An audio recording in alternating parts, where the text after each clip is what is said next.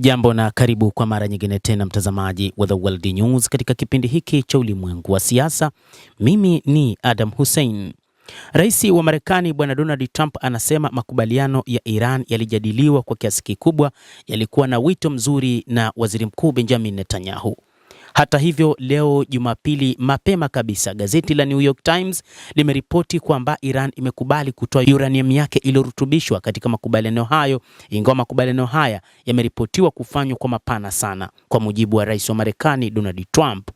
Gazeti hilo la New York Times limeripoti kwamba Iran imekubali kutoa uranium yake iliyorutubishwa katika makubaliano hayo, na kwamba wakati huu inaonekana kuna makubaliano fulani yanayoelekea katika jambo jema. Makubaliano hayo yanaripotiwa kufanywa kwa mapana sana na hayakuthibitishwa na maafisa wa pande zote mbili, na ndicho ambacho baadhi ya wachambuzi wa mambo wakiona kwamba bado kuna sintofahamu katika makubaliano hayo ambayo Rais Trump anajivunia kwa sasa, baada ya ripoti zilizotolewa na gazeti la New York Times la nchini Marekani kwamba Wairani wamekubali kutoa uranium yao. Hii ni kutokana na kauli ya siku za hivi karibuni kutoka kwa kiongozi mkuu Ayatollah Mujtaba Khamenei aliyosema kwamba hatukubali kuondoa uranium iliyorutubishwa, na hiyo ndio ilikuwa amri ya mwisho.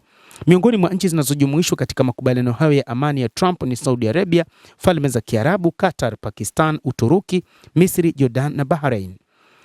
Trump aliongeza kuwa alikuwa ametoa wito tofauti na Waziri Mkuu Benjamin Netanyahu ambao vivyo hivyo ulikwenda vizuri sana.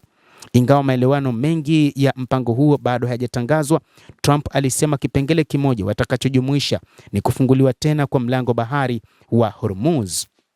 Mapema Jumapili ya leo, shirika la habari la Fars la Iran liliripoti kwamba mlango wa bahari wa Hormuz utaendelea kuwa chini ya udhibiti wa Iran, lakini maandishi hivi punde kati ya Iran na Marekani na kughairi tangazo la Trump kuwa haijakamilika na haliendani na ukweli. Waziri Mkuu wa Pakistan Shehbaz Sharif alimpongeza Trump kwa juhudi zake za ajabu za kutafuta amani.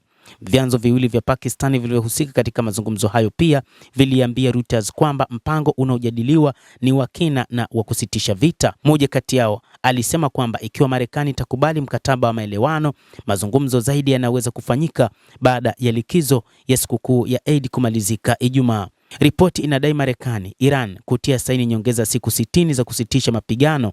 Mapema Jumamosi, gazeti la Financial Times limeripoti kuwa Marekani na Iran ziko katika hati ya kukubaliana kuongezwa kwa siku 60 kwa usitishaji wa vita uliopo, ambapo masuala mengi yaliyojitokeza katika mazungumzo hayo yatashughulikiwa.